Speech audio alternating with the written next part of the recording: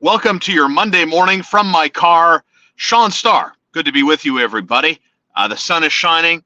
The smiles are stretched ear to ear, and we're happy to be with you on this Back to Work Monday, following a Masters weekend, following the return of Major League Baseball's regular season, and of course the Montreal Canadiens' own regular season in the process of winding itself down. A busy week ahead, right, for the Habs, who are in action tonight at 7 against the Winnipeg Jets. Let's get a couple of picks out of the way right now. Mark Scheifele doesn't look like he's healthy enough to make the trip. The Jets played and won in Ottawa 4-3 on Sunday. Scheifele took a nasty hit in the game's second period. He's out with an upper body injury, so no Scheifele tonight. Nick Ehlers has been fantastic. Backup goaltending is the issue in Winnipeg. So I do like some goals tonight. Over 6.5 seems to be the play. And look, the Montreal Canadiens, guys, the uphill climb is their season. We know that. I do like a Winnipeg victory on Bell Center Ice tonight. The Habs play 4 times this week, one road game, and that's it. They're back home Friday and Saturday for a back-to-back affair, which features Alex Ovechkin on Bell Center Ice on Saturday. So that's what the Montreal Canadiens have up their sleeves with just a handful of games to go. The majority of the games are going to be played at home. So I guess if there's an edge, if there's a reason you're looking to go to a game, looking to have some fun, the Montreal Canadiens are worth the price of admission these days, which takes us, I guess, to Cole Caulfield and what's going on there and how well he's performed under Martin St. Louis. And you know, I brought this up a couple of weeks ago in the aftermath of Caulfield producing and performing well. Looks like he's having a lot of fun.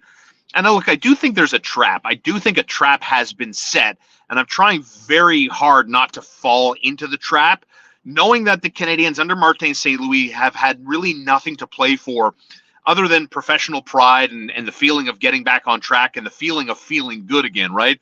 That's definitely something they've accomplished, but I can't sit here and tell you that I'm all in, guns blazing.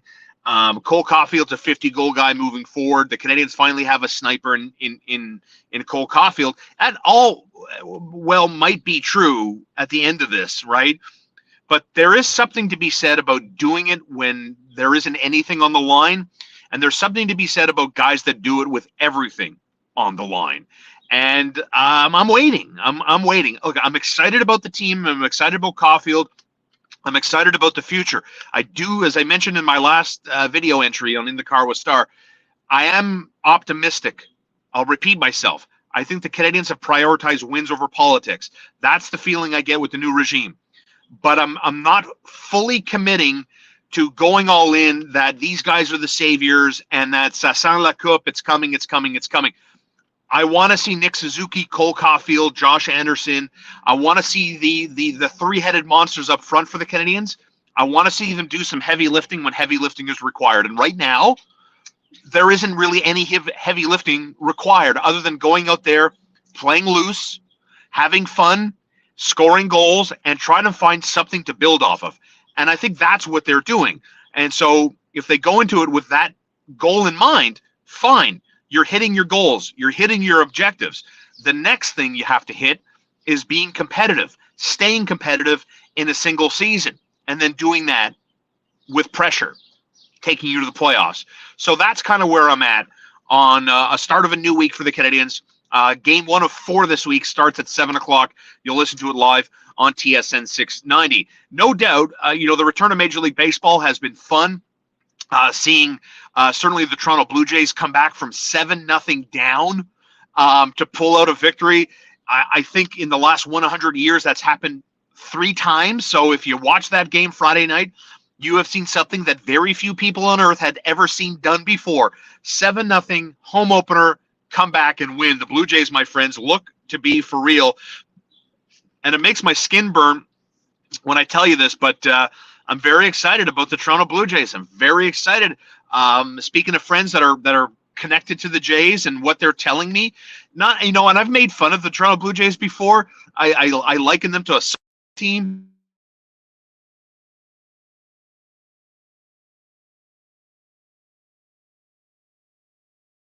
sock dingers, and they don't do a lot of things really good, fundamentally strong teams do.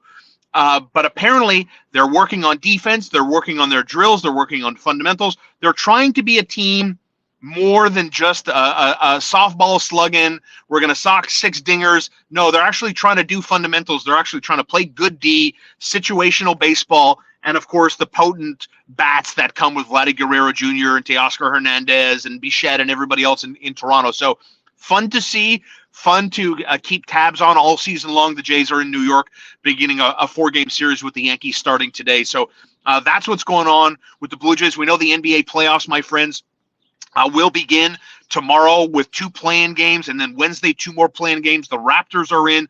They'll take on the Philadelphia 76ers in round 1, game 1 on Saturday night. The Raptors are going to be a tough out, man. They're well coached. They're hard on defense. They're disciplined. They have the player that everyone seems to be talking about, potential rookie of the year, definitely top 3 in Scotty Barnes. And Pascal Siakam, impressive finish to his regular season. And the Raptors, a feisty, tough-out team. Should be interesting to see once the NBA playoffs for them start on Saturday. The play-in round starts on Tuesday. So I've wasted enough time. Let's get into the Masters, you guys. Look, on a scale of 1 to 10, the Masters for me going into a Thursday round is very high. I'm very excited about the Masters. I tip my cap to TSN. I think we're very lucky in this country that we got such extensive coverage spread over 4 channels on TSN. I was at my friend's sandwich shop on Thursday, right? And he has DirecTV piped into his television set at his resto. And I'm like, dude, put it on the golf. And he puts it on DirecTV. Man, they had like hardly any options. They were like sporadic coverage. Here in our country, TSN had on 4 different channels, man. We got Amen Corner, we got feature groups, so we got a combination of the 2. I thoroughly enjoyed it, considering that the Masters group holds us hostage until 3 o'clock in the afternoon to watch national coverage. Right, every other major begins televising their tournament as soon as the first ball's in the air. But the Masters does it their way. I mean, it is who they are, right? But I got to tell you, this was one of the most boring, flat Masters I have seen in a long time. I understand. Look, it's my opinion. I think the Masters is the weakest field of any of the 4 majors. It's an invitational. It's played on the same course. It doesn't really lend itself to Cinderella stories, Danny Willett aside. It's generally won by people that have course knowledge and have the experience, right? So enter stage left. Scotty Scheffler, who had won 3 of his last 5 tournaments, goes into the Masters and basically annihilates the field. Like, full respect to Scotty Scheffler. Guy's a phenomenal player. His ability to stay calm in tense situations is admirable, but like, not everybody watching the Masters, watching PGA Tour golf is like me, that looks for the details or appreciates the small stuff that goes into playing competitive golf. I'm in the business of wanting this game to grow, of wanting this game to be popular, and this game needs more personalities. You know, Scotty Scheffler and Cameron Smith are phenomenally talented players, but you know, they have the personality of my my Nissan Maxima steering wheel here. It really doesn't exist. So we didn't really get the drama. We got the weather, which leads me to Tiger Woods, man. Like, Cameron Smith and Scotty Scheffler put on a show and Scotty Scheffler won. No, Tiger Woods won the Masters, you guys. Tiger Woods is the biggest winner from the 4 days at Augusta National. Why? Because he defied all the odds. He defied my expectations. He probably defied your expectations too. And the guy walked 4 full days of Augusta National golf, you know, uphill climbs, downhill climbs. People tell me walking downhill is even harder on your body than walking uphill. I'll leave that to people a lot smarter than I. But to see this guy, Tiger, hobble around the course, read putts like he's an 85-year-old golfer that I play with at Kanawaki. He can't even get down to a squat because he's playing on one leg. And this guy's staying competitive. Look, the guy finished in 47th place. He had a tough time on Sunday, knocking around. He hit 1,000 putts on Saturday. Couldn't get anything going as far as feel or sense of direction in his hands or with his putter head on Saturday. But you know what, man? Didn't matter. Tiger Woods won the Masters, not Scotty Scheffler. I mean, he's going to walk away with a green jacket. He's going to walk away with the winner's paycheck. But we're all talking about Tiger Woods. We're all talking about what this guy did. Ovations after every round, Thursday through Sunday. The fact that the guy made the cut. The fact that he looked as good as he did. The fact that Tiger shot in the red on Thursday with a 71, man, that's as good as it gets. The takeaway from the Masters after Sunday is not Scotty Scheffler. It's Tiger Woods. So, yeah, Tiger won the Masters, and I can't wait to see when he's going to play next. I mean, I was wrong about him playing at Augusta. I always believed he was going to play at St. Andrews. The 150th Open Championship is at St. Andrews, the home of golf, in which Tiger has won there before, so he's going to be back there. I fully expect him to be in contention where his body's at and everything else. I mean, it was so admirable what Tiger did for 4 days. Like, anybody that's played golf seriously or just for fun knows the concentration efforts that are required to play well over 18 holes. And that's just with you and your friends drinking a beer, smoking a joint, and playing golf at the Falcon. Forget about trying to win at Augusta National, right? Like, the mental capacity that this guy has to bury pain and bury that nuisance of an aggravating injury and stay competitive, man, is more impressive than anything else I saw this weekend. I am so in awe because if I'm being honest, man, that's the separation. You know, like, I've played with a lot of great players and they all hit the ball 1,000 miles. Everybody hits it 1 billion miles, right? You know what the difference is between the guys we see on TV and the guys we never see on TV? It's the 50, 100 yards and in, 30 yards and in. It's the money clubs, the wedges, right? Scoring clubs, getting you with an opportunity to make a birdie, make an eagle. And that's the difference. And so for Tiger Woods to put that pain behind him and bear down and try to execute, man, for 4 days, it was a chef's kiss. And that's the difference. The guys that make it, for the guys that don't, it's the space between the ears more than it is anything else. Athletic ability, genetics, you name it. It's this, the muscle of the brain getting you there, and Tiger Woods just blows me away.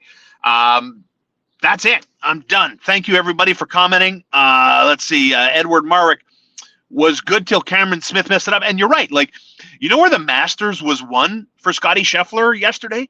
The Masters for Scheffler was won on the 3rd hole, not the 12th hole, the 3rd hole. Cameron Smith starts birdie, 1-2, and Scheffler makes pars. Can't really make a bogey, really can't get anything going. And what does he do? Bump and run on 3 off the flagpole to the bottom of the cup. And then a couple of bogeys for Cameron Smith, and he never recovered. He slowed down. That, to me, hole 3 was the turning point, the TSN turning point. Edward, thank you so much. Broadcasters won because Woods played to the end, for sure. For sure. I mean, the ratings, I think ESPN's ratings on Saturday were the highest they had ever been for any Saturday at the Masters in the history of the worldwide leader. So Tiger brings people to golf like no athlete. I really mean that. Like, I don't know if there's another athlete, hit me up in the comments in sports, that brings people to an event like Tiger does when it comes to golf. Thanks as always. Poutineville Vaudreuil-Dorion open on Thursday this week, Thursday through Saturday. You can still get tickets, I believe, for the Saturday show or the Friday show. I don't know. April 15th, April 16th, Poutineville Vaudreuil-Dorion. Mike Patterson, the headliner. Great 2 hours of comedy. The 15th and 16th, you can get your tickets for just $20. Good food, great cocktails, good service, and a night filled with laughs, my friends. 2 hours for $20. Best deal going. You can get it at Poutineville Vaudreuil, open Thursday this week. So go check them out, my friends. And, of course, my good friends at K-Stop Gas Bar and Depanneur. Tax-free gas, unbelievable lunch specials, hot and cold meals, smoothie bowls, all that fun stuff, and great snacks, good chips, good chocolate treats, booze, smokes, you name it. And they have someone, a hardworking employee that's there in the booth, gas 24/7 at K-Stop Gas Bar on Highway 138 in Ganawage. They have someone to put gas in your car for you. So if you're like me, you're a little bit of a lazy schlub, you're like, listen, $40 regular, fill me up or whatever it is. You stay in your car. K-Stop Gas Bar, pay someone to put gas in your car for you. Make sure you tip them.